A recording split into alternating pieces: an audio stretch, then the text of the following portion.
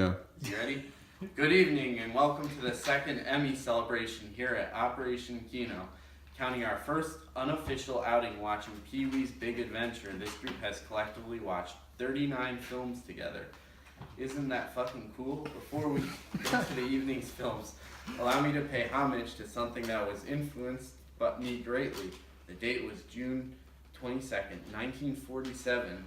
And readers of the St. Paul Pioneer Press were treated to a brand new comic strip called Little Folks. The comic featured a few unnamed characters, one who pounded a piano and had a fondness for Beethoven, one white canine with a pronounced black nose and ears, and a boy comic.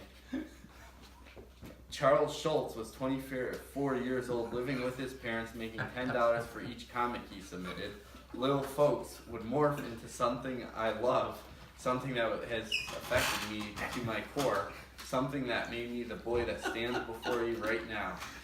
That would be the famous comic known as Peanuts, or as I call it, the Iceman. I would like you to formally dedicate this evening to Schultz and the young Iceman children, because one thing Charlie Brown and the gang have in common with the group, it's diversity. Everyone in the Peanuts group has distinctly different characteristics that make them stand out among their peers, much like all of us here. Sean's become our resident Western junkie, pushing classics of his youth upon us. Alec is the tech wizard, using algorithms to find out which movie will make him win, and Sean Moore goes to the darkest corners of the secret internet to find bizarro nonsense that only he's heard of.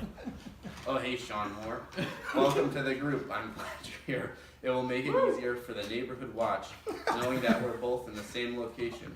I heard they get scared. There are more than one convicted sex offender roaming the streets. Adding Sean Moore to this group has not only increased the government's budget for tapping into group chats, but has also given us a brand new perspective on the world. Because of him, we get to watch dirty Indian pervert use his stick to cure a woman's asthma. Thanks, Sean. I hope the gangs of Westper whoop your stupid ass in part 2. You just watched it. A moment, please. Keep reading. I could stand here and make jokes about everyone. So here we go. Corey's nominations have been about as consistent as his bitching about dumbass shit.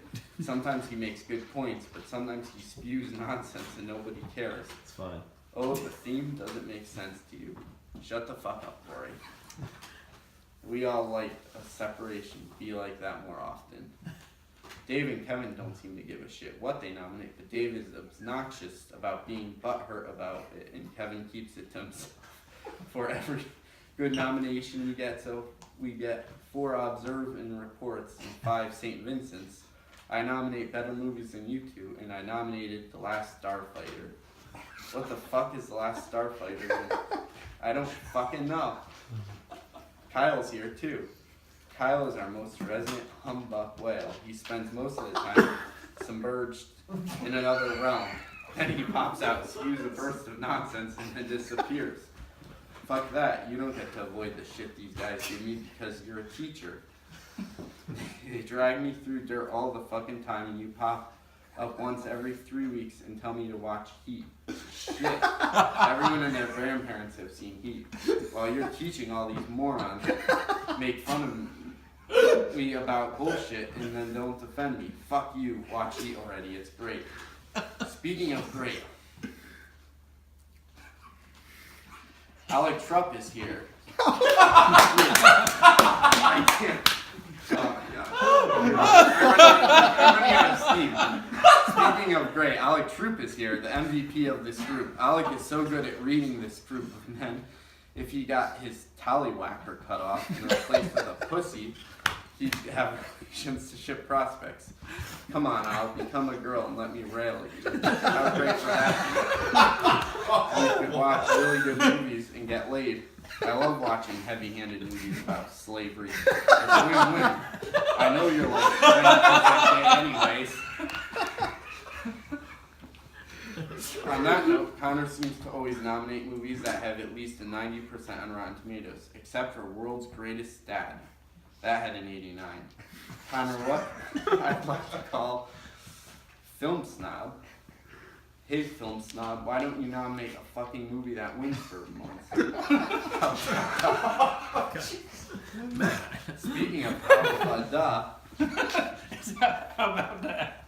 Sean McCabe can cash me outside because I'm sick of fucking westerns, and the only movie I have recollection of in the past 5 years is Bone Tomahawk. I'd like to take Sean back in time to the Wild West and leave him there. Get the fuck out of here, Bonzuru, Bonsai, my dick. Speaking of dick, there's only one more member to go left to toast, and it's myself. Here I go. On top of enduring the torment you, I can't even talk anymore, you guys give me on a daily basis, my nominations and pitches have evolved. I also stood here a year ago without a job, and now I'm employed, so you can all shut your fucking mouths about that. I'm doing pretty goddamn good in my eye. This is the same glisten that comes every 3 Wednesdays when the sun begins to set and my pecker does a little dance down my pants.